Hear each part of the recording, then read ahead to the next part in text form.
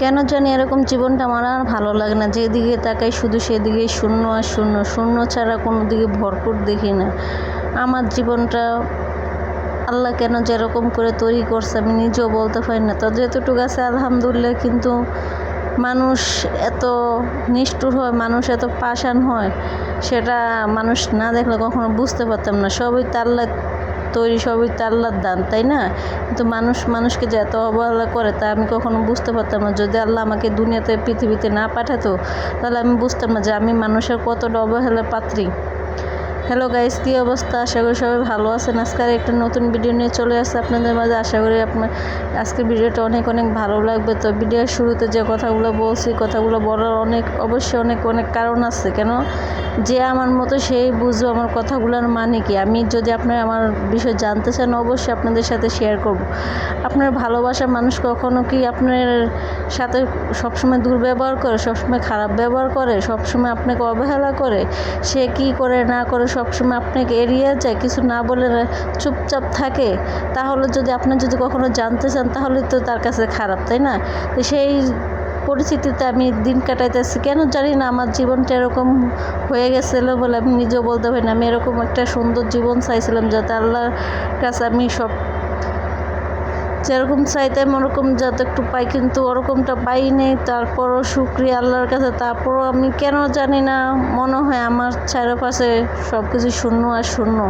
কারণ একটা ভালোবাসার মানুষ, আপনার ভালোবাসার মানুষ যদি আপনার সাপোর্টিং না থাকে, আপনার হাতটা না ধরে, আপনাকে সহযোগিতা না করে, তাহলে আপনার এই দুনিয়াতে আপনার মতো এরকম কষ্টে বা এরকম খারাপ পরিস্থিতিতে কেউ নেই। বাপ মার কথা তো বাদই, একটা মেয়ে বিয়ে হয়ে গেলে বাপ মার সাপোর্টিংটা সেটা হলো আলাদা সাবজেক্ট। তো আমি দেখেন বিয়ের আগেও কখনো কারোর সাপোর্টিং পাই না, বিয়ের আগেও না, বিয়ের পরেও না, কখনোই না। আমি জানি না কেন আল্লাহ এরকম জীবনটা আমার দিয়ে পাঠাইছে, আমি নিজেও বুঝতে পারি না। আমি কেউর কাছ থেকে ভালোবাসা পাই না। আমি যে এতটুকু বড় হয়েছি আজ পর্যন্ত কেউর কাছে আমি একটু ভালোবাসা পাই না। আমি না ভালোবাসার কাঙ্গাল। আমি চাই আমাকে যদি কেউ ভালোবাসতো তাহলে আমি তার সবটুকু উজাড় করে আমার যা আছে সব দিয়ে দেব। কিন্তু আমি এরকম একটা লোক পাই না যে আমাকে নিঃস্বার্থভাবে ভালোবাসে। কেউ আমাকে নিঃস্বার্থ ভালোবাসে না। আমার ফ্যামিলি না, আমার পরিবার না, আমার কাছের লোক না, আমার আত্মীয় স্বজন না, আমার সব থেকে যে আপন মানুষ সে তো আমার সাথে সব সময় কি বলবো, বলার ভাষা নেই। যেহেতু পার্সোনাল কথা মানুষকে বলতে হয় না, তারপর কিছু ক্ষেত্রে বইলা ফেলে যখন নিজেকে আর আটকাইতে পারি না। কারণ আপনাদের সাথে যদি আমি সব কিছু শেয়ার না করে কার কাছে বলবো? কারণ আমার বলার মতো কেউ নেই। এরকম মানুষের তো অনেক বন্ধু বান্ধব বা আত্মীয় স্বজন বা পাড়াপড়শি সব কিছু থাকে, আমার কিছুই নেই।